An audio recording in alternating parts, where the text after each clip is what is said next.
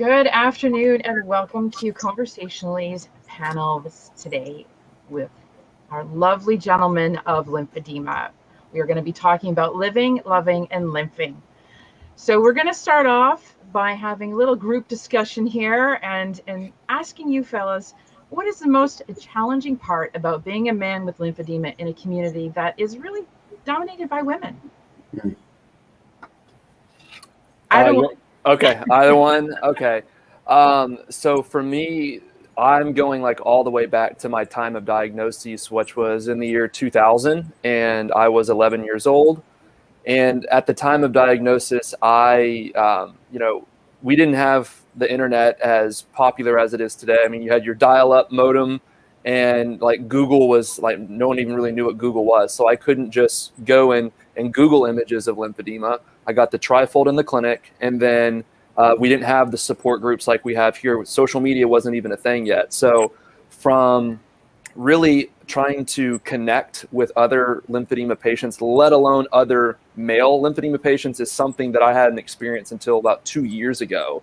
But when I was originally diagnosed, one of the things that a lot of patients have to go through is at least here in the United States, you go through a durable medical equipment distributor who can get you your compression garments and measured and stuff. And so when I was getting my leg sleeves measured, I had to go to a place called Women's Health Boutique because it was mostly for upper extremity lymphedema patients, so your breast cancer survivors. So literally, first thing when you walk in, you just see a bunch of compression bras and prosthetic breasts all over the wall. So picture being 11 years old, and that's your introduction to this condition that you're going to have for the rest of your life. So having to navigate seemingly a predominantly female patient population at a young age was difficult. But now I love it because like when I go to lymph conferences, like me and Dom, for example, we're like the bachelors of lymphedema. So, but everyone has been great, and obviously now getting to connect with Stefan over Instagram, like we did a couple of months ago, and now being here live, it's awesome to be able to have that community and have more representation from different perspectives of lymphedema. Right. What about you, Stefan? For me, what I'll say, I mean, that is it right there. I mean, for one part, that yes, all the women in the whole entire community have, went out running. I mean, the guys, we've kind of either not said anything about it, let our pride hit us a little bit too much, and not take that charge. Right. And you know what? I think it's just the right time right now. You know, with myself, with Cam, with Dom, with other guys that's, active or trying to learn more. I think it's a good moment that we're in because it was hard. It was very hard for me because all I had was my therapist to tell me about it. My mom to try to explain a few things as a doctor's standpoint, and that was it. There was no hope. So, I mean, there's nothing wrong with having women take that role and have us be on the sidelines and look at that, admire that, respect it. But now it's our time for us to get up and lead for the others, the younger guys that's coming up that have lymphedema now getting diagnosed. I just think it's a perfect time. And I think the kind of guy, the type of man that I'm trying to be, type of man that Cam is, Dom is, they'll have young men that will be able to have great leaders to look up to with their journey, Yeah, and I totally agree with both of you. I think it's really been, and I don't know that it's us women that have taken on that role. It's just how the medical field has dealt with us and exposed that this is actually something that all of us can have to deal with. I think also, that misdiagnosis and all that kind of stuff, which we'll get into later. But I think it's really great to have some good role models out there. Of course. And you guys are visible and you are open to talking about your experience, which I commend both of you right now. And when Dom gets on, he is in a very highly visible situation as well, being a firefighter. But let's drop into a specific question for you, Cam. We know that due to your relatively high profile, you are often the first point of contact for a lot of lymphedema patients seeking the community, information, peer support. And there's a lot of those people that are men. So what is the most common concerns that you get brought with and issues that they want to ask you about? What are the things they want to talk about? Yeah.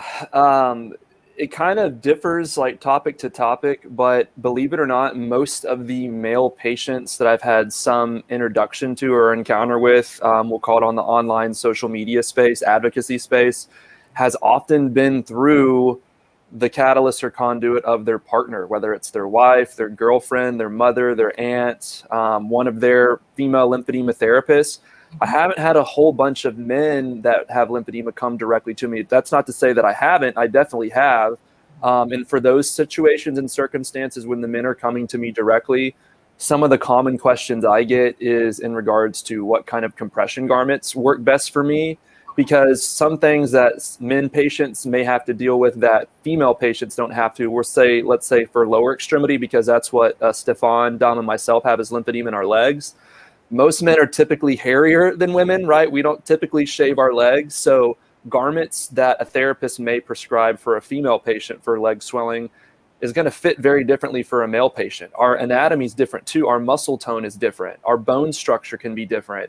And again, having the hairs on our upper thigh, some of those garments can pull and it can be very uncomfortable, especially the closer you get to your groin and genital region. So those are kind of some of the specific questions I've gotten from male patients directly. But again, most of my outreach were for male patients on behalf of like their spouse or another female in their life who's kind of taken that lead. Because as Stefan was kind of talking about earlier, I think just in society, definitely here in the United States, but I'd say it probably rings true globally, is that society says that men, we have to be strong. Vulnerability is a bad thing. You know, this hypermasculinity, you cannot show any signs of weakness. You don't talk about your disabilities. You don't want special handouts or special treatments, and you don't complain. You man up, you muscle up, and you just get through it, and you don't talk about it because that's weakness. Well, what I've found over the past 2 years of just, you know, I guess coming out as my lymphy journey has become, you know, higher profile, is that I've actually gained more strength from surrendering to times when my body was weak. And you don't have to muscle through everything. You don't have to push through the pain all the time, because there's a time and a place for that. So I just want to send a message to all lymphies, male or female. Don't worry about societal norms when it comes to what is strength, what is weakness. Your strength comes from your vulnerability and from opening up and expressing yourself and doing anything you can to help other patients navigate their journeys. That's great. I totally understand what you're saying about hair and legs and garments, because, you know, it is a struggle to look at that anatomy and go, okay, what is not going to grab and feel uncomfortable? Because I think that's probably the worst thing, isn't it? When a garment doesn't feel comfortable, you're not going to be encouraged to wear it. Mm-hmm. Yep. So then where does that consistency come from? Stefan, do you want to add to that? No, I would definitely say that, because for myself, as a very hairy guy, like it's always been something for me, because then you start getting agitated and then it becomes like a drag, because then now every time you have to wear something that's supposed to be something that's going to be beneficial to you, you feel like it's now terrorizing you. It's like you don't look forward to wearing it because it's like you get uncomfortable. So then every time it just messes up your entire routine. For me, is exactly that happened to me a lot until I was like, yo, I have to, until like after my last surgery, where I have no other choice. You gotta just be like, you know what, let's be mature about this. And it's a tough situation. Well, and you spoke to the vulnerability, Cam, and I think that's a really big thing for our community as a whole to embrace and to accept that it is okay for us to be that vulnerable person, because we're dealing with, you know, a chronic illness that is not the same. And I see Helen is saying that her son has had lymphoma. Oh, and he's going to be 15 tomorrow. Well, happy early birthday. Happy early birthday to him.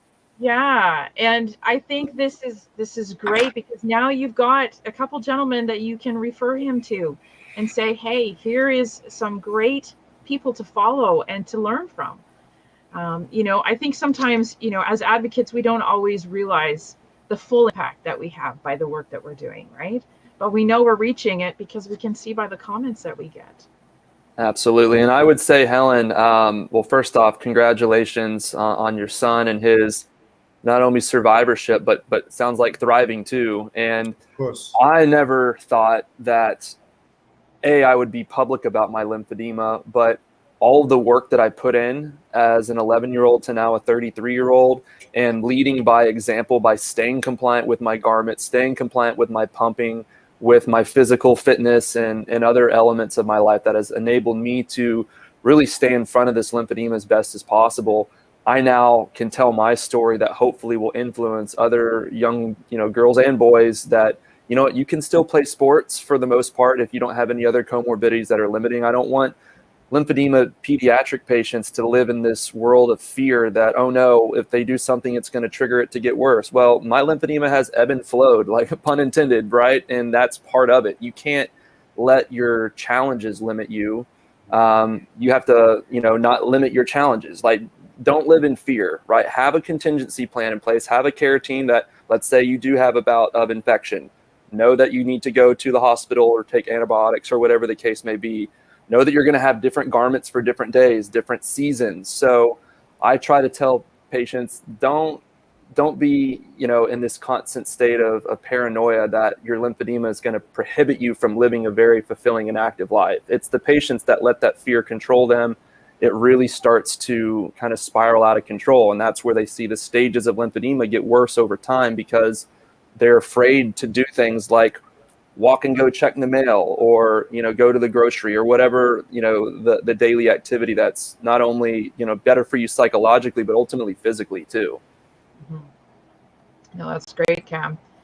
So let's pop over to you, John, and dig a little deeper. So in 2012, you went to Rio de Janeiro to Yes. compete as a heavyweight boxer for a spot on the Grenadian Olympic team. So that's a huge accomplishment for anybody, much less somebody with a chronic condition. So what advice would you give to anyone out there who has that big goal that they want to achieve and feels that their lymphedema is a barrier to achieving it? That right there, I would tell them not just only do exactly some of I would tell them to just try their best to always remember that they're already larger than life. So why not go for their dreams? That would be it. Because the reason for that is, I believe God gave us these conditions for a reason. Like lymphedema, we try to maintain it, but it's a large condition. It's meant for us to stand out. It's not meant for us to quiver or hide in a corner and feel like we're not a part of. No, we have to accept that we are going to stand out. You are large, you are great, so go for it. Don't hold back. Why would you let something that's a part of your body control you and tell you how to live your life, what clothes to wear, how to think, how to dream? Like, you handicap yourself. Don't ever, I would tell them never to do that. Accept that. Use that as more motivation as you think about whatever it is that you're doing. When I was boxing, that's what it was. I looked at it as, if the man across me has 2 good feet and I beat him with 1, what's the problem? I have to be great. And it was not that it's not that I'm trying to be cocky or anything like that. It's because I'm so passionate. I'm so driven. I want to prove the point that this is not going to hold me back from my dreams. And it shouldn't let anyone else. I mean, none of us would be here if it did, but we let these conditions become giants in our lives so much. And it's like, we feed that energy to it, then we start to believe that we're really not that good. We can't wear shorts because then the entire world is going to be looking at us and like pointing at us and all of that. For what? And then we still go through too much. So as warriors, as fighters, you go through so much. Why not live your best life? Why not have the dreams and have the ambition and everything that you want to come true? I remember I always listened to Eric Thomas when he said, if you're already going through pain, get a reward from it. Like, we already go through this journey, all of us, highs and lows. Why not finish the finish line get to the finish line and feel happy at the end. Right. You know, that would be my encouragement, and that's what I did. That's great. And that visual of what you just said, that giant, I think Yeah. quite often is, that David and Goliath story, Of right? course. Yes. And it's something we all have probably experienced multiple times, not just once or twice, because it is that big challenge we see ahead of us. And how do we combat that with our own self-sustaining support? Yeah. I know I can relate to what you just said too. When I got diagnosed with cancer, I didn't get cancer just to have it for myself. And that's a statement I said in the week of my diagnosis. Just that acknowledgement and realizing that I've got this. Now what am I going to do with it? Instead of I've got this and it's going to rule my life. Yeah. We We always always have forget we the have choice, right? yeah. We do We the do. why me so much? Why not me? Yeah. And Why it's not an me? interesting thing to switch that, isn't it? To Why take not me? that commentary in our head and say, okay, this is, the most amazing thing that I now can move forward with. Yeah. Yeah. And I would say too, just with the nature of lymphedema, because we do know that it is a condition that requires daily self-care, it does almost kind of force you to prioritize yourself and your body so that you can serve others, right? Like for me, being in the healthcare space and dealing with lymphedema patients every single day, I know that if I don't wear my garments and I don't pump and I don't do all the other things that are necessary for me to take care of myself, I can't take care of others. And I think you had even talked about that, D, with Dom, as it pertains to him being a firefighter and EMT. If he can't handle his lymphedema, he won't be physically able to help others. So really it is a blessing that from 11 years old to now 33, that I've been given a condition that ultimately has given me an unwavering work ethic, that I never have felt entitled for anything that I accomplished in sports or physically. Just like Stefan was saying, like, I did it with one good leg, right? So I feel that much more accomplished, that I was defeating what the other coaches would say I could never do, or what the doctors said I could never do, or even what my own self-doubt would sometimes tell me I couldn't do. So there is also, as Eric Thomas says, one of the things that helps him get through pain, and the one thing that helped him get through is he was strong enough to outlast the pain. Because when you outlast the pain, there's always going to be that moment at the end of the day when you put your head on the pillow and you have that glory moment of like, we did it. And you know what? We're going to do it again tomorrow. Yeah, I agree with you completely. I think that's, what we want to see more people being able to enable themselves. And you two definitely are leading the pack, and Dom is as well, that it is about getting to that next day. It is about ending that day, completing it. I always say, putting it to bed and saying goodnight, waking up the next morning to see the sunrise, even if the sun does not come through those clouds, right? Okay, so the sun's having trouble this morning. I can get through this too. Like it's one of those things that I think we forget. We can actually make it quite simple, even though it's such a complex health issue. We can actually make it quite simple, like you said, Cam, with being consistent with our care, with making sure that we are actually addressing those things that we should be. I don't know if you guys have had this experience, but you eat something wrong and everything goes sideways, right? You forget, oh yeah, salt is not my friend. And additives and stuff like that sometimes come in and take us out in a different way. And we need to address it, right? We need to be able to acknowledge those things and go, okay, that was today. I'm going to figure out much better tomorrow, and take it one day at a time, right? I mean, I think you both have spoken about your experiences so far, and we know that Dom will as well, but it's one of those things that I think you all have that innate sense of self, whether that came early or late, it doesn't matter, right? I think that's the one thing that people need to understand. When you are able to sort out yourself, you are much easier to move forward with this. And I think that you guys are great examples of what you're doing right now and what you have done in the past, because, both of you have faced big challenges. You both have had surgeries this year. Yes. And I just want to touch on that ever so briefly. What do you think was the mental strength that you drew upon, not just faith, but the mental strength that you drew upon to get through that surgery and the recovery that you've been going through since then? Cam, you want to go or you want me to go first? Yeah, you go first. Okay. What I would say for myself, besides, as you said, even if you take my faith out, which was obviously the number one factor of me making it through and still going through now, the fighter's mentality from my boxing, that's number two.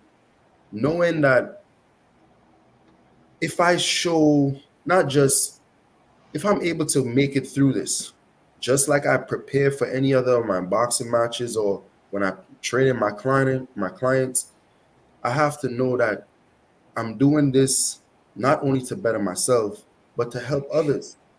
It's a journey, and if this right here is going to help me to be a better version of myself, still have lymphedema, that's not going to ever go away. But to be able to let people know, my fellow lymphies, new lymphies, to let them know, ones across the world that don't have anything at all, to let them know that there's where we're growing, things are happening. Like 5 years ago, there weren't much surgeries and anything like that. So now where there's areas where for a person like me that has been diagnosed late, I didn't have anything. I didn't have the garments. I didn't have the pumps. I went the years with nothing. Right. So now to be in a place where I had to keep going. I couldn't let this stop me. I couldn't. And then even in the recovery process, now even having to be broken down, to lose over 9 pounds of fluid out of my leg, even though like my leg still looks like not everything is completed, I can't lose sight because then the job is not done. Right. There's a lot more left to do. Right. So I gotta keep going. I gotta keep fighting. Okay. You have to record it. So if someone else is having a surgery, because there's not much, even though there's not much of us that had the surgeries out there so you could learn from, get education on, I'll be that person. Because there's only a few of us that had lymphatic surgeries that you can go to and talk to Right. try to find out the process. Because the doctors are going to tell you only so much. They're going to tell you, okay, for the first 2 weeks afterwards, but when you're 2-3 months in, where's the help? How is my body going to feel? Am I going to get a lot more pain? Is there more swelling that's going to go down? There's a lot. But I have to keep going because you never know who's behind you. We can see who's in front of us right now and who's ahead, but we don't know where the next kid or young girl or young boy that might get lymphedema, that might have to do a surgery and is scared and doesn't know what the end result might be. As a fighter, I have to be able to face any challenge. So why not just face it and just keep going? That's great. Cam, how about you? Yeah, basically echoing a lot of what he's saying about having that fighter mentality, because you don't know how strong you are until you've reached the weakest point in your life, right? That is the baseline. Like Muhammad Ali, they used to ask, how many push-ups could you do, or how many sit-ups, whatever, how many reps would you do? And he said, I don't know. I only start counting when it starts to hurt, because that's where the real gains take place. And same thing with, patients like Stefan and I who have endured several surgeries, lymphatic and then orthopedic. For me, I've had both. And there are those moments in the recovery room where you are in excruciating pain and you think that it's the end. You think that, okay, this is it. Just take my leg. I mean, I had several nights where I would just want the nurses to come in and schedule an amputation for the next day, because I figured if the leg wasn't there, I don't have to deal with it anymore. Right. But through my faith and through the support in the community and having that fighter mentality, and also accepting the fact that I'm going to fall, right? I think as a lymphedema patient, you also have to be realistic with your expectations and the realities of recovery in life, is that there's going to be some bad days. Like, I don't want to sugarcoat it and just be the happy optimist. I mean, I think having a positive mentality is very important, but you also have to give yourself some grace and know that it's not an easy condition to manage. And there are going to be moments where you are going to feel weak and where you will physically shut down. But it's what you do in a response to those bad days and to those weak moments that will ultimately sustain you and get you back on track. Because it's never too late to get back on track. As long as you're still breathing, you still have reason to keep fighting. Absolutely. I definitely feel that last comment, especially because I think that I go back to what I said earlier about choice. People forget that, as you just said, Cam, when you're still breathing, you still have an opportunity to make choice. I think we've seen lots of hurdles, but one of the biggest hurdles, I know I can speak to it myself, is being in a relationship. Right? Intimacy, or that lack of knowledge of living with someone who's living with this chronic illness like we have. Can we speak about that a little bit? Can we talk to that? Because I think that's a really important thing as well, because a lot of people are trying to navigate the waters, whether they're single, trying to find a partner, they've got a partner. I think it's a really challenging thing that is also part of our life and our lifestyle. So which one of you wants to take that one first? I mean, I could. I mean, Cam, if you don't mind, I don't mind talking about it a little bit. Well, you're married, right, Stefan? That's what I'm saying. Yeah, no. Give your perspective, because I have a completely different one than you, probably. I mean, but I mean, it's still something that you got to be mindful of. But just like anything else, it should not be. There's a lot more things to worry about in a relationship, though. That should be one of the things of acceptance. And if we're really in love with each other and everything like that, it's supposed to be understanding. That's why I was like, I know it might be different, but at the end of the day, the principles or the foundational points for your relationship, that shouldn't be like, oh, I can't love you because you have lymphedema. That's just way too much. That's it. I'm out of here. No, that should never be, But we know it has been for people, Stefan. It has been. No, but it's kind of unfortunate. I mean, I can only say for myself, in being married and having a family that I do have, we've never had that challenge. We've never had that hurdle, because my wife has always, and I would say it from today till tomorrow, she's seen me with lymphedema, she's seen me without lymphedema. She loved me regardless. So even if you really love somebody, that shouldn't be the factor. If you really, really in love with me, are you in love with me or the condition? Which one can't you care for more? So for me, I think you got to be able to, your love's supposed to be more than just, oh, this one hurdle, then the relationship could never go forward. Because then if you can't accept me for one thing like that, there's so much more things that would have to go on in a relationship. If you can't accept that, then, well, I guess, yeah, for real, we won't work. Yeah. Well, I just want to take a moment here and welcome on Dom, our other speaker.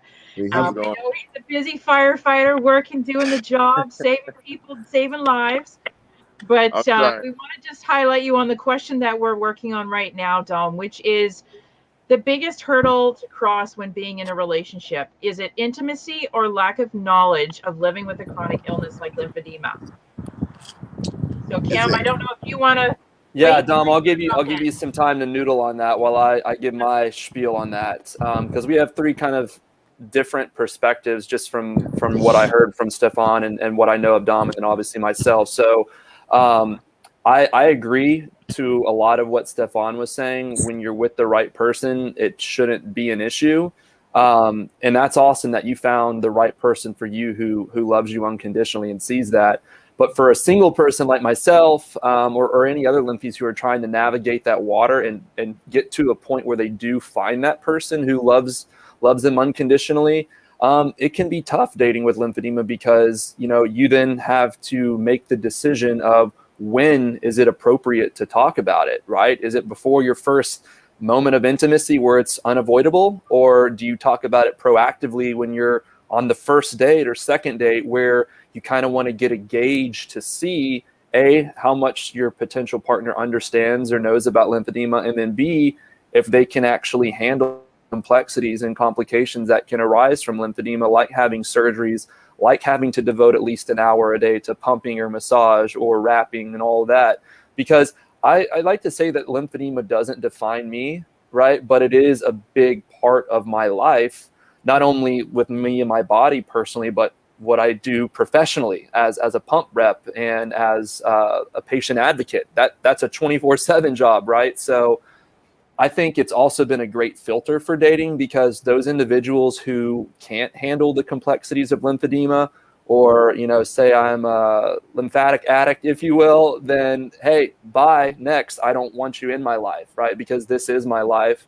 But I get that not every single patient out there is going to be an extreme extrovert like me, right? So this may be something you're internalizing, and it's going to take some time before you feel comfortable talking about it. So it is individual from person to person, but I do encourage you to embrace it, to accept it. And just like the shirt says, acceptance does empower you. So when you do feel comfortable vocalizing it to your partner, potential partners, I think you'll find that it is a great way to filter out who is going to be the real, ride or dies in your life. Right. Dom, you want to tackle that one now? Yeah, first of all, thanks for having me on. I'm sorry I'm late. As you know, I'm at work, but I'm here now. So basically, we were talking about relationships, right? Mm-hmm. I feel like, you gotta go off your situation. Everybody's situation is different. Everybody's may not be ready for that conversation. You probably can tell early on if you have that conversation with someone, if they're going to be there for the long haul or not. You may or you may not. It depends. I feel like my situation, I've been fortunate enough to have had relationships where they understood, my situation, and they're very open to talk about it with me and check on me. Not annoying, but just just being supportive and discussing and everything like that. So I haven't had a really bad situation as far as my end, but it's definitely definitely communication is key, and whenever you're comfortable talking about it, that's what I got right now. Okay. Can I ask all of you, is there a difference in how you feel about that from when you were younger, say in your early 20s, to where you are now? For me, absolutely. I was, for lack of a better words, a closet lymphy for almost 18 years, right? Like if you were to go on my social media prior to 2018, I didn't have any posts about my lymphedema, let alone have any posts of me wearing a compression garment when I know I should have been wearing them. But I think it's when I was put in the, public view and that platform, if you will, that I really found God's true calling for me, that through your vulnerability and through me telling my story, there's a lot more people out there who are going through the same thing and kind of need men like us three and others out there who are advocating and who are leading by example, that my narrative and my outspokenness about lymphedema is substantially amplified now than what it was, say, 4 years ago, when I was still a single adult trying to navigate my career and relationships and just overall health with living with lymphedema. Okay. I feel like there's definitely a difference from from when you're younger. You're still trying to figure things out, and compared to now, where you're more knowledgeable and you're knowledgeable as a kid, you're knowledgeable as younger, but it's different. It's different. You definitely want to have this knowledge to tell someone else and discuss this in the future, basically. So I definitely feel that it's definitely when you're now, basically. That's my opinion. In my opinion, I would say also too, just to add in a little bit, when you're younger, you may feel a little bit more self-conscious about yourself.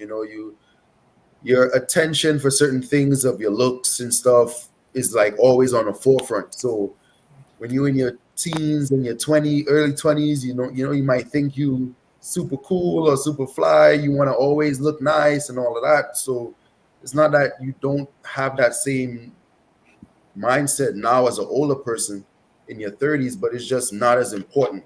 I mean, for me, married, have a kid, like I'm not, my mentality is not always about my looks. So the attention, the amount of energy that I would give to that, it's not the same when I'm like, whereas if I was in my 20s and I just had to worry about making sure my hair looked good and I have the flyest sneakers, you know? Right. So it's a little bit Well, I'm different sure you between then probably and now. still work on the flyest sneakers, right? Just a little bit, just a Just a little little bit, just a little bit. That is one thing I know. Most men have a shoe thing.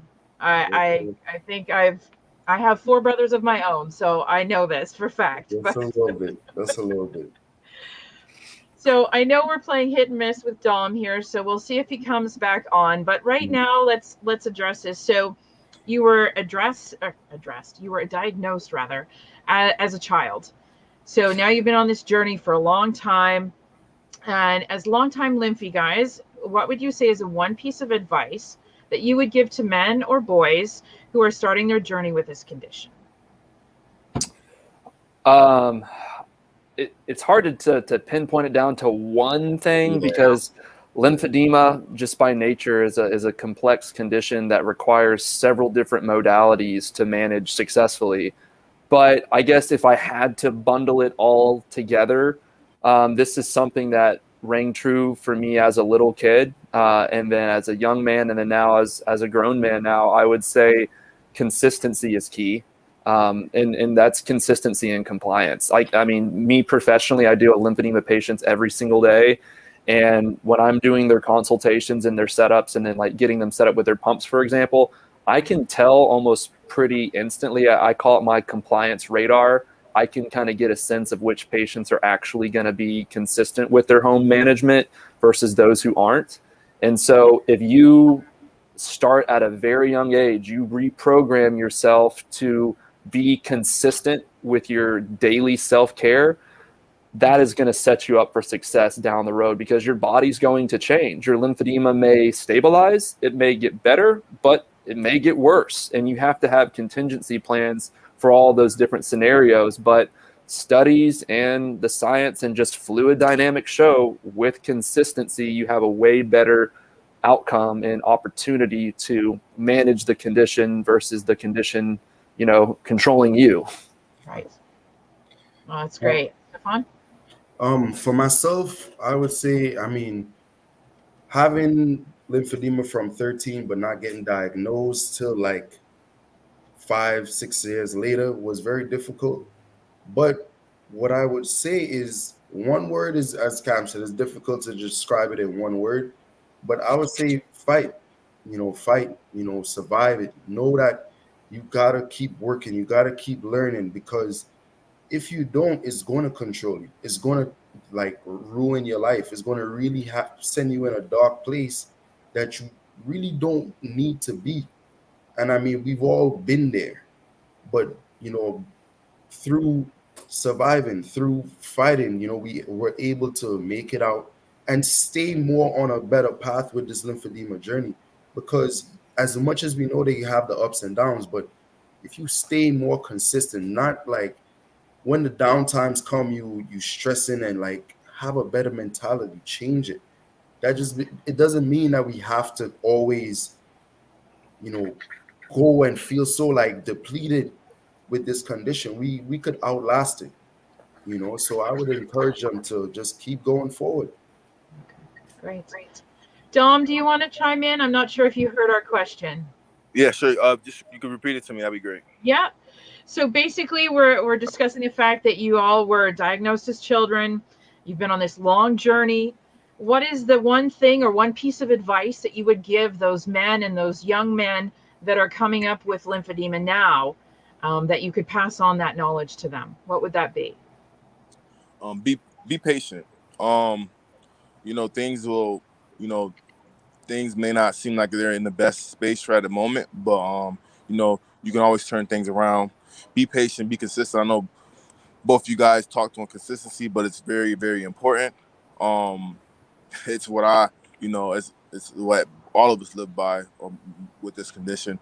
The more you do, the better it becomes. Granted, maybe some setbacks, you know, but that's everything in life. You know, that's everything in life. You know, from infections, getting infections, being in the hospital for a week or two or whatever, how many times it's been, and us getting back, you know, walking right, working out, boxing, playing football, basketball, everything, etc. You know, so be patient. Everything can, you know, one day at a time, step by step, everything will, it can work out. Just be consistent. See, that's what everyone, like all three of those words between fight, consistency, and patience. I mean, that's really the embodiment of managing lymphedema and thriving with it, because you're going to have to be consistent. You're going to have to fight through it. But through the consistency and fighting, as Dom said, you're going to have to also be patient and realize you may not get those instantaneous results that you're looking for. Or there may be other contributing factors like the weather or infection or whatever, you know, gets in the way of your progress. But just to know that if you maintain those three things, that is what's really going to put you in a good position to be successful. That is great. Absolutely, guys. And Dom, really quickly, as you are a firefighter, what would you say to those aspiring young lymphies out there? What would be that thing, that incentive for them to know that they could do what you're doing?